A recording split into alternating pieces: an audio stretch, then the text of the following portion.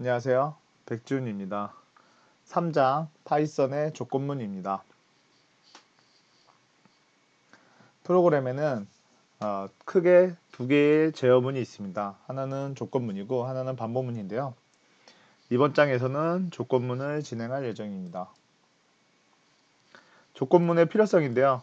어떤 두 가지 갈림길이 나왔을 때 또는 여러 가지 이제 선택지가 나왔을 때 이렇게 자동차에서 이제 좌회전 또는 직진해야 되는 선택이 나왔을 때 이제 조건문을 통해서 우리가 프로그램에서 사용하게 되죠. 그리고 현재까지 앞장에서 이제 사용했던 것들은 조건문 없이 저희가 그냥 쭉 내려오는 순차적인 코드를 했었는데 이번 장부터는 이제 조건문을 통해서 여러 가지 흐름들을 만들고 그걸로 해서 프로그램을 만들어가는 과정을 진행할 예정입니다.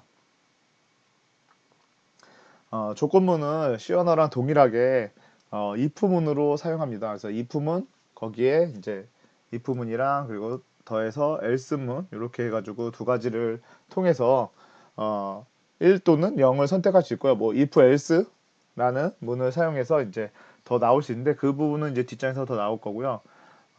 일단은 여기서는 if문이랑 else문을 사용하는 겁니다. 그래서 C 언어 같은 경우에는 C 언어나 여타 다른 언어 같은 경우는 이렇게 중괄호를 통해서 여기를 이렇게 if문으로 하고 어, 내용이 이렇게 들어갔었는데요. 파이썬에서는 그거를 이제 여기 이렇게 들여쓰기 형태로 해서 구분합니다. 그래서 좀 이따도 이제 블로그 더 얘기를 드리겠지만 이 블록 자체가 잘못 들어가게 되면 에러를 발생할 수 있습니다. 그래서 여기 지금 보시면 여러 개의 문장을 실행되어야 할 경우 들여쓰기로 블록을 이제 묶는다. 이 중괄호, 시언어에서 얘기하는 중괄호로 묶여져 있는 겁니다. 그리고 파이썬에서는 들여쓰기가 매우 중요한데요.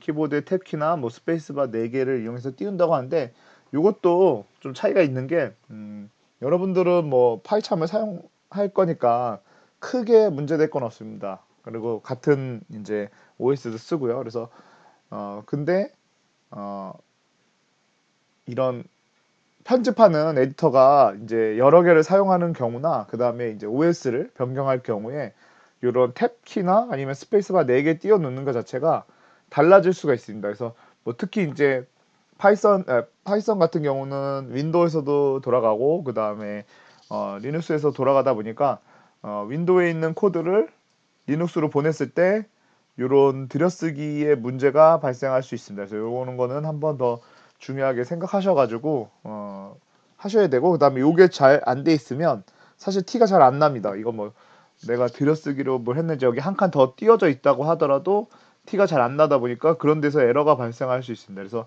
요게 조금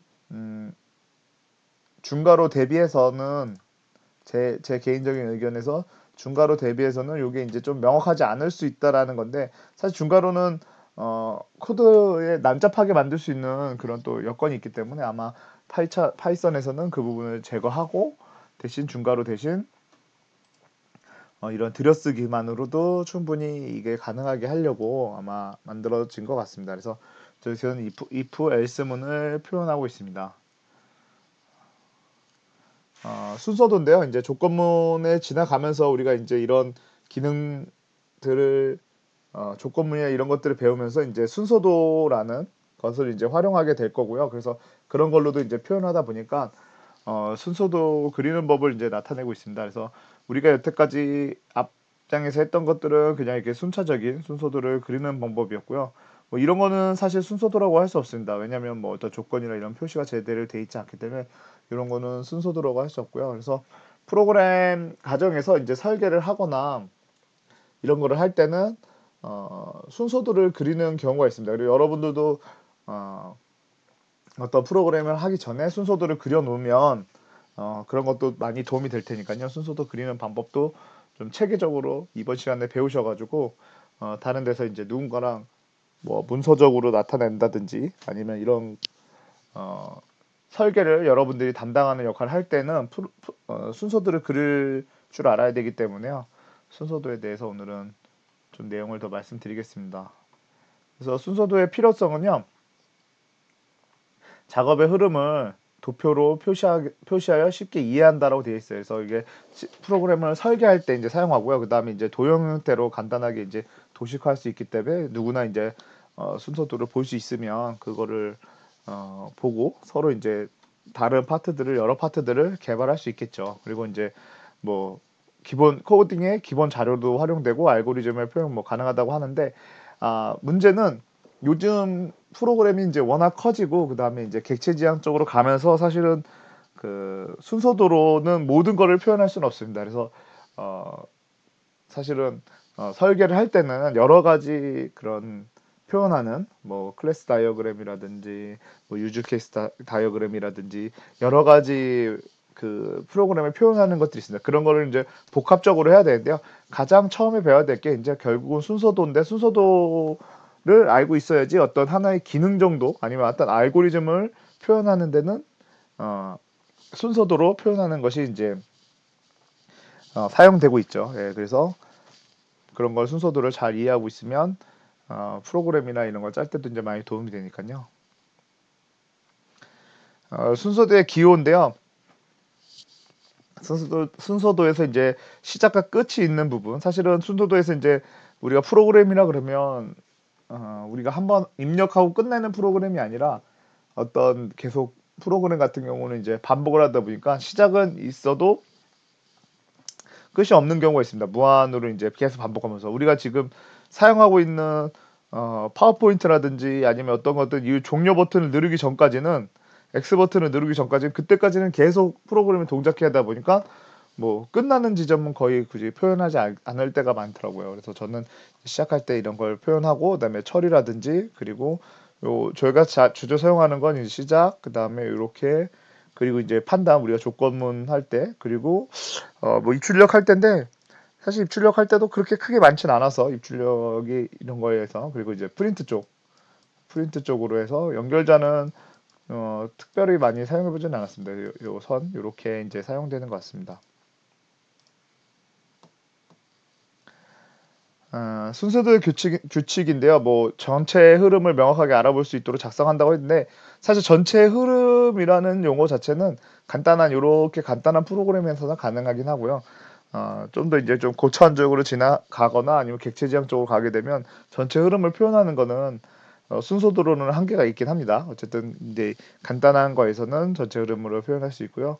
그리고 이제 뭐 여기 있는 요 내용들 한번 읽어보시고 우리가 이제 요 프로그램을 어떻게 짜냐 보면 첫 번째 스타트 요 원 모양으로 스타트를 보여주고요. 그 다음에 요 원래는 타원 모양인데 얘는 타원이 조금 바뀌었네요. 이렇게 여기가 엔드 끝나는 시작 지점과 끝나는 지점이 동일한 기호로 사용합니다. 그리고 이제 입력 n을 입력 받겠다고 한 거고요. 그 다음에 이제 처리하는 과정이죠.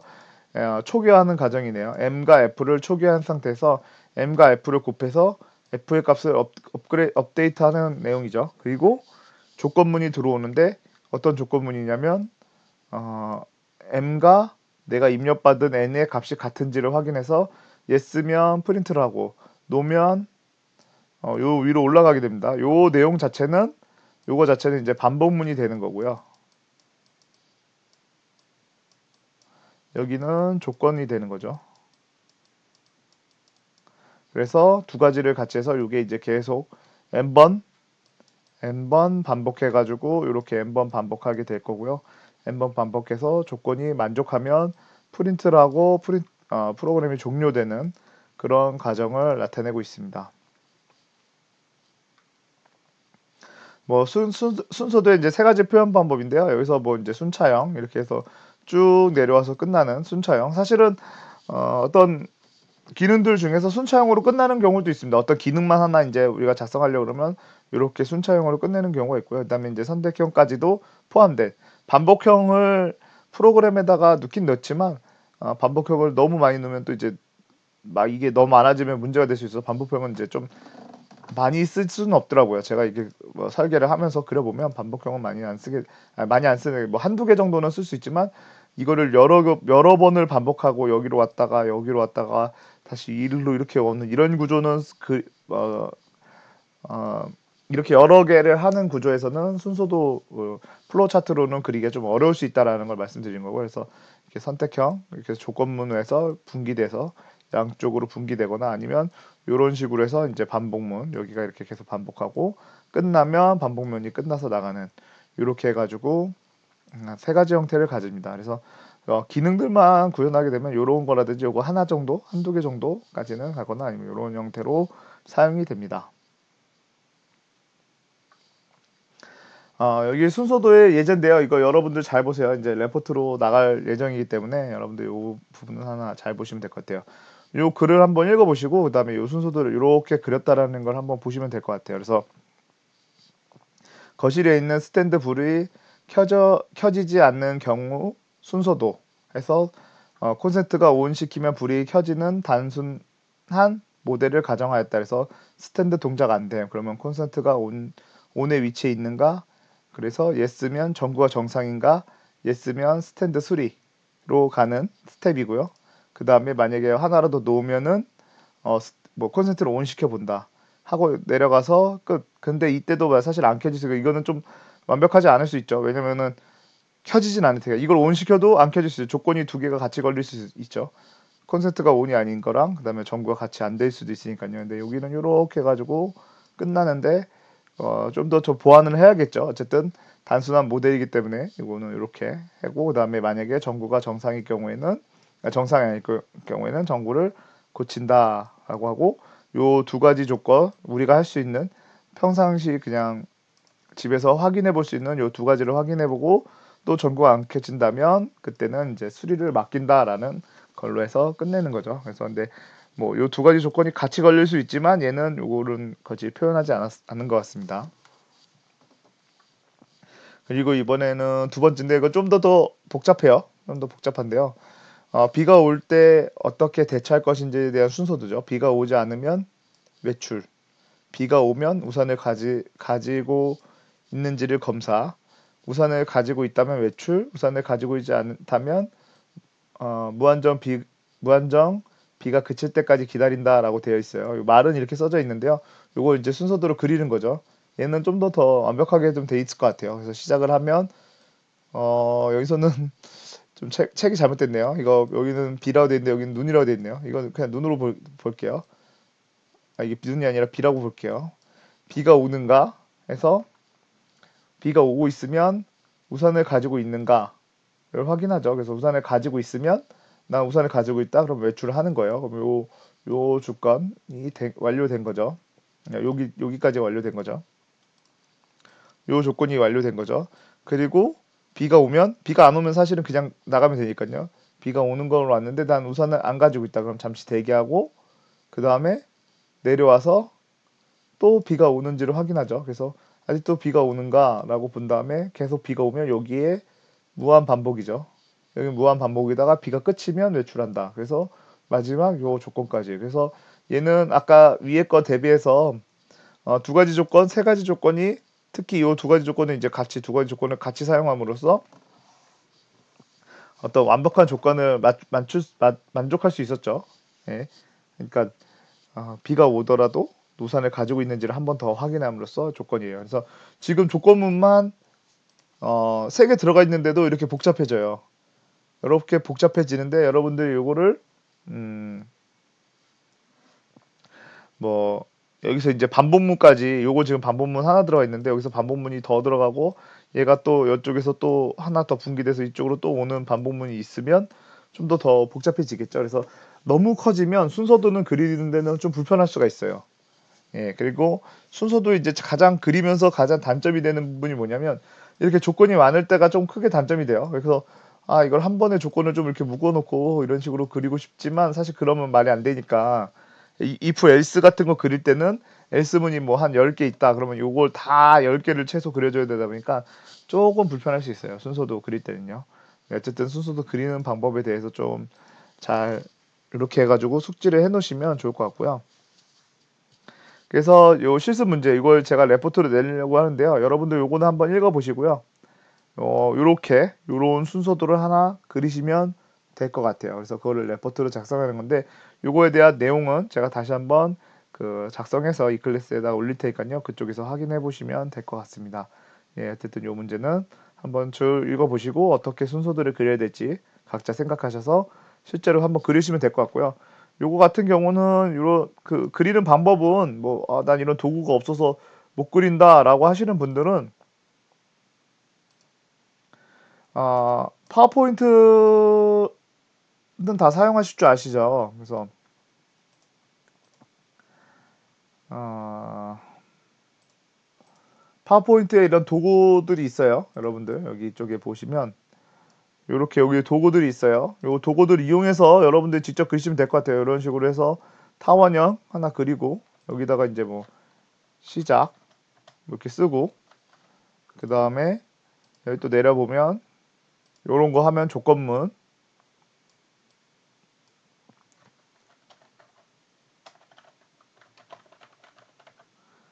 뭐 이런 거라든지 그 다음에 네모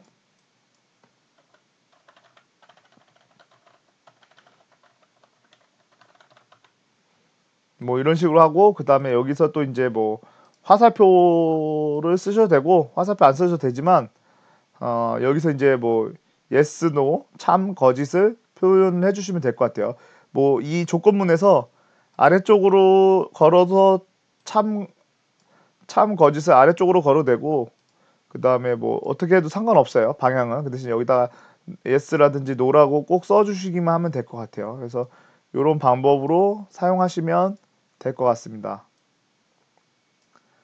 네, 요거는 이제 다시 지우고요. 네, 그래서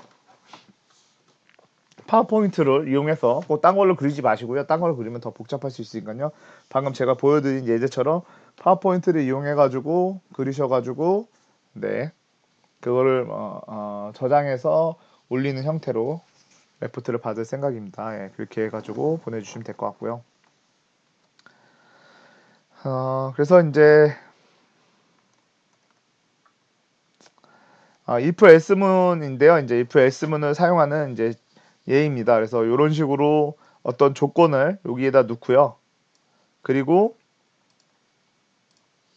파이썬에서는 조건을 여기다 들어가고요. 그 다음에 그 조건이 끝났다는 거를 요 콜론으로 표현을 해주는 겁니다. 그래서 어, 파이썬에서는 if문 쓰고 조건문 쓰고 그리고 콜론으로 내가 끝났다라는 걸 인지시켜 주는 거고요. 그러면 그 사이에는 이런 블록이 하나 들어가야 됩니다. 이렇게 블록이 하나 들어가는 거고요.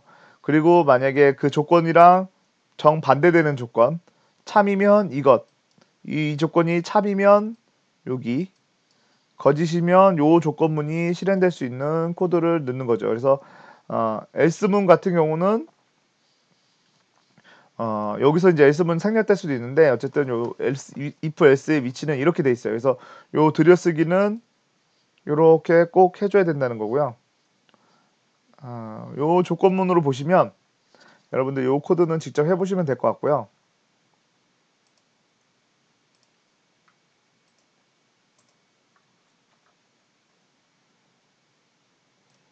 여기서 보면 조건문이죠. 조건문 이렇게 내려와서 비교를 하는 게 있고 그 다음에 참인지 거짓인지 사실은 여기가 참이어도 아까 만약에 순서도 그릴 때 열로 참이 가도 상관은 없습니다. 그 대신 그거에 맞게 이제 제대로 그려줘야겠지만 참의 방향은 오른쪽으로 가든 아래쪽으로 가든 뭐 상관없고 요것만 이렇게 참 거짓으로만 아니면 yes와 no로 표현만 해주시면 됩니다. 그래서 여기서는 이제 참 거짓을 표현했으니까요. 그래서 방금 가격이 2만 원 이상이다. 라고 하면 배송비가 없고요. 2만 원 이하면 우린 배송비 받죠. 그래서 여기는 3천 원의 배송비를 받아요. 그래서 3천 원이 초과됐을 때 어떻게 표현하는지 여기서도 지금 이렇게 돼 있죠. 그래서 이 코드를 이제는 실제로 돌려볼 생각입니다. 그래서 제가 파이참을 준비해 놨고요. 파이참에서 이제 코드를 돌리는데 제가 저번부터 코드를 돌릴 때 굳이 다른 파일을 만들지 않고 그냥 메인 파일 하나에서 계속 이제 지우고 삭제하고 지우고 삭제하고 이런 식으로 넣었습니다. 그래서 이번 시간에도 그렇게 진행할 생각이고요. 그래서 여러분들이 각자 이거를 좀 뭐 히스토리를 남기고 싶으면 여러분들은 다른 파일을 좀 사용하셔도 될 것 같아요. 그래서 요거 이렇게 해서 실행을 시켜보면 실행 결과가 이쪽에서 나오니까 여기 다 보여드려야겠네요. 상품 가격을 내가 1,000원이다 라고 하면 배송비가 3,000원 나오는 거죠. 여기는 처음에 우리가 저번 시간에 배웠던 인풋을 이용해서 가격을 어, 가격 정보를 받고요. 그 가격 정보를 받으면 조건문을 이용해서 참 여기로 갈 건지 여기로 갈 건지, 사실은 이 가격 대비해서 참 거짓으로 표현하다 보니까 어,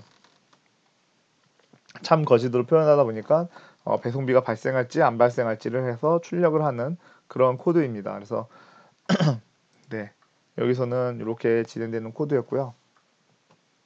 이런 것들 있으면 여러분들 제가 다 복사해서 쓸 수 있도록 만들어 놨으니까요.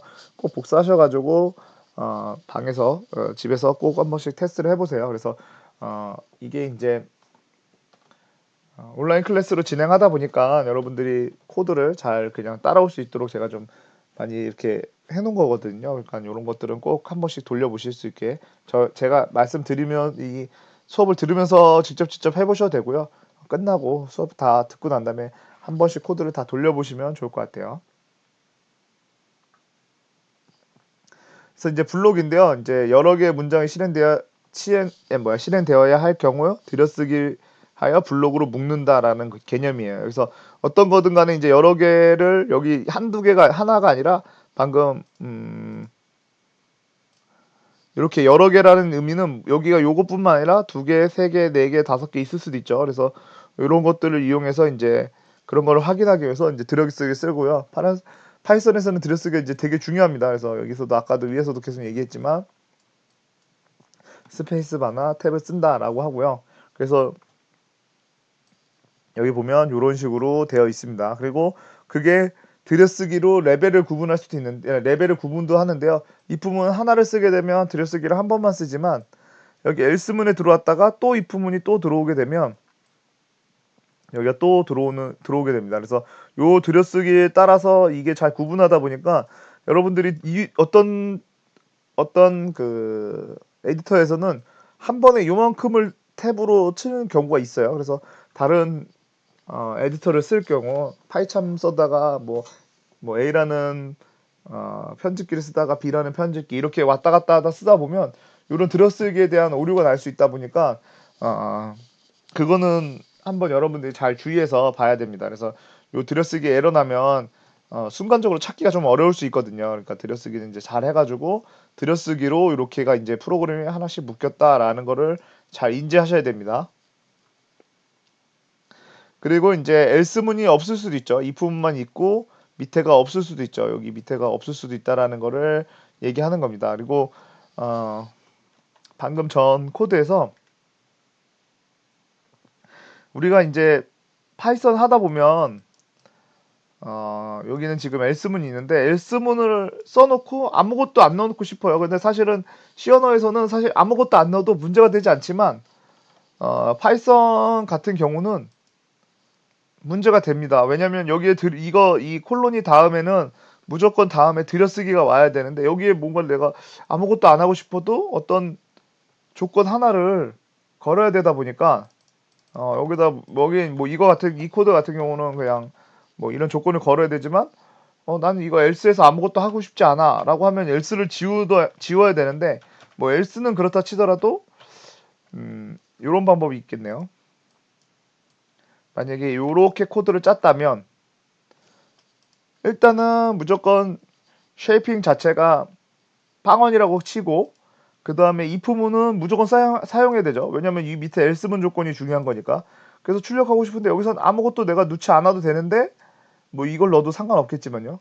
이럴 경우에는 파이썬이 제공해주는 패스라는 기능이 있어요. 이 패스라는 기능을 사용하게 되면 여기를 한번 거쳐서 들여쓰기를 한번 거쳐서 아무것도 안 하는 거죠. 사실 아무것도 안 하는 건데 요 들여쓰기 때문에 요거를 한번 거쳐서 올 수 있는 거죠. 사실 요렇게는 파이썬에서는 요런 기능은 제공하지 않습니다. if문 다음에 아무 내용도 안 쓰고 else문이 올 수가 없어요. 무조건 다음 문자는 들여쓰기가 된 문서가 와야 돼요. 뭐가 됐든 하나를 됐든 두 개가 됐든 세 개 됐든 네 개 명령어든 간에 와야 되는데 아무것도 하고 싶지 않다면 이 패스라는 걸 사용할 수 있습니다. 그래서 요것도 동일하게 되겠죠. 만약에 내가 여기다 써야 되는데 밑에 쓰네요.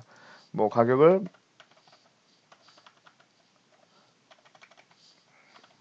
10,000원만 쓰려는데 계속 10,000원만 쓰게 되면 3,000원이 되고요. 그 다음에 여기서도 뭐 제가 2만 원을 쓰게 되면 배송비가 빵.